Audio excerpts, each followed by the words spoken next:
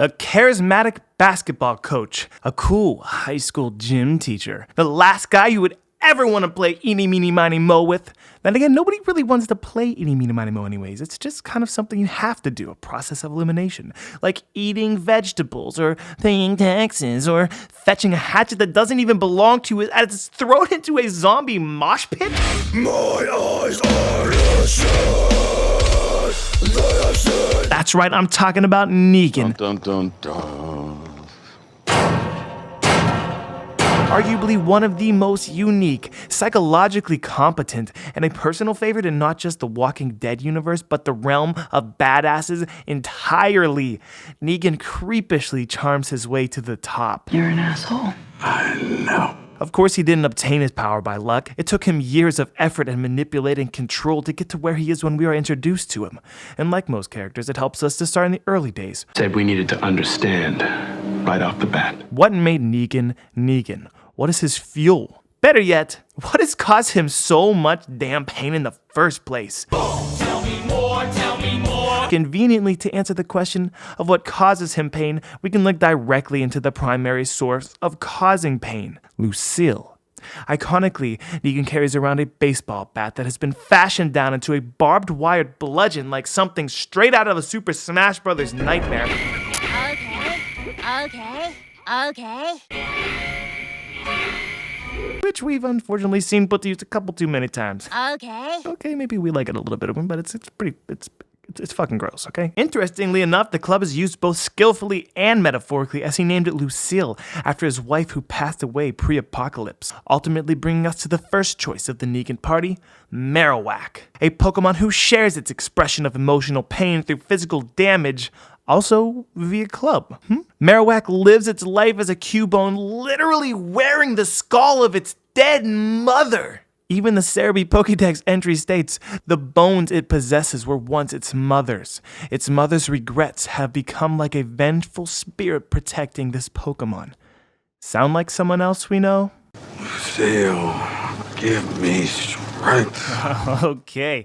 Through punishment and demonstration, promises and rewards, Negan has assembled an entire cult of personalities. Like Joseph Stalin and Gandhi. He has completely brainwashed dozens of miniature versions of himself to the point where the buildup of season 6 finale is entirely made up of Rick just running into several other illusory Negans. I'm Negan. I'm Dirty Dad. Who are you? Oh, you better be joking. Seriously, this episode was a trip, so I grant him the Master of Illusions himself, Zoroark. Bonds between these Pokemon are very strong. Each has the ability to fool a large group of its opponents, and they protect their lair with illusory scenery. It kind of reminds me of Mirage tanks from Command & Conquer. Anybody? No? Just me? Nobody here but us trees. Alright, anyways, I also like that it mentions their bond as a pack, as that will come in handy later in this video. Negan disciplines his saviors so that they'll act exactly as he would in any given situation, especially when he's not present himself. He does this by breaking them down, piece by piece, usually through a super diligent reward system, but, will also implement means of extreme torture if he finds them valuable enough. And I have to say, this sounds like a lot of work. So to help him with this extremely heavenly process, I'm giving him a duo of Drowsy for the brainwashing and Murkrow for the foul play. Drowsy is a behind-the-curtains style of henchman. Think, Clyburn from Game of Thrones, or Igor from Frankenstein. One of those guys. He's a most trusted sidekick and a powerful one at that. He would spend a lot of time out of harm's way, deep inside the torture chambers, and heck, maybe he was the one that was playing that music on repeat.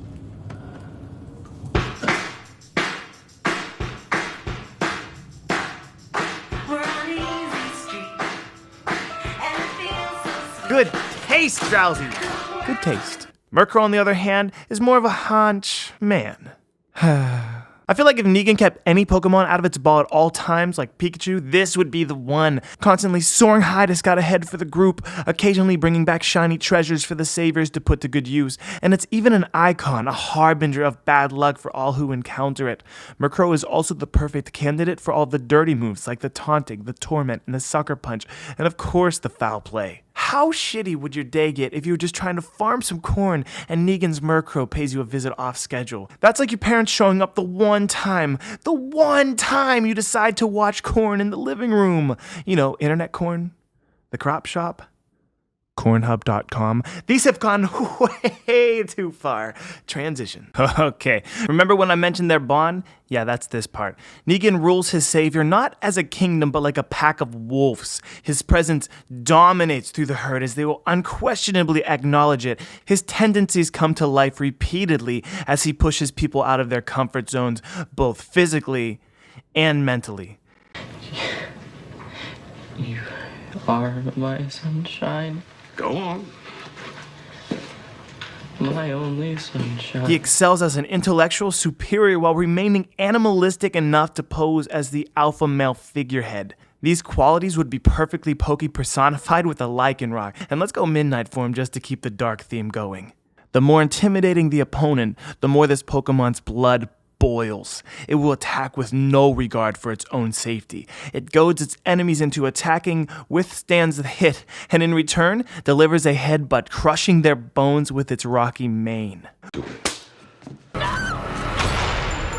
Without a doubt, these 5 Pokemon will complement Negan's endeavors, each providing unique advantages. Negan is proud of himself, and hell, he should be! He is confident as a leader, he loves to win, but above all, there is only one thing that he loves more than himself. Negan loves pussy. You heard me right. Negan loves women as much as Hot Pie loves pie. As much as Luigi loves being taller than Mario. Probably as much as the Jeepers Creepers guy loves thread and needles. Though he takes all of the rules seriously, he puts the value of his wives on another level entirely. Nobody, not even his most trusted saviors, are allowed to lay with him. Sure, you can play video games or show them a science experiment, but if you choose to lay with them, there are some repercussions you are just going to have to face. Well, that was a good one. And you would think his love for Lucille has always burnt like 1,000 glowing irons, but even in the glory days, he was having casual affairs with his side chick up until the day she died of cancer. He has always had confusing priorities when it comes to women, and that's probably why he's so protective of his now multiple wives, because he blames himself for what has happened in the past and doesn't want to see any other man hurt a woman. And hey, maybe if he collects them in large quantities, he'll be able to save some of them. So in honor of his hounding obsession, for his 6th and final edition, we are gifting him with a beautiful, strong, and deceptive pussy. Liepard. Their beautiful form comes from the muscles they have developed. They run silently in the night. Stealthily, it sneaks up on its target, striking from behind before its victim has a chance to react. Liepard is a lovely nocturnal Pokemon built to endure and deceive. It's one that is obedient when observed but lives a second life in private. And with the ability to learn moves such as Attract, Charm, Frustration, Play Rough, Nasty Plot, Fake Tears, Dream Eaters. Sounds like any relationship I've ever been in that order. So Negan, if you can make it work, hats off to you, brother. It's a whole new world we live in. I hope you got your shitting pants on. What? I hope you're wearing them right now. Because you are about to shit your pants. This was you, not me! Not me! Not me!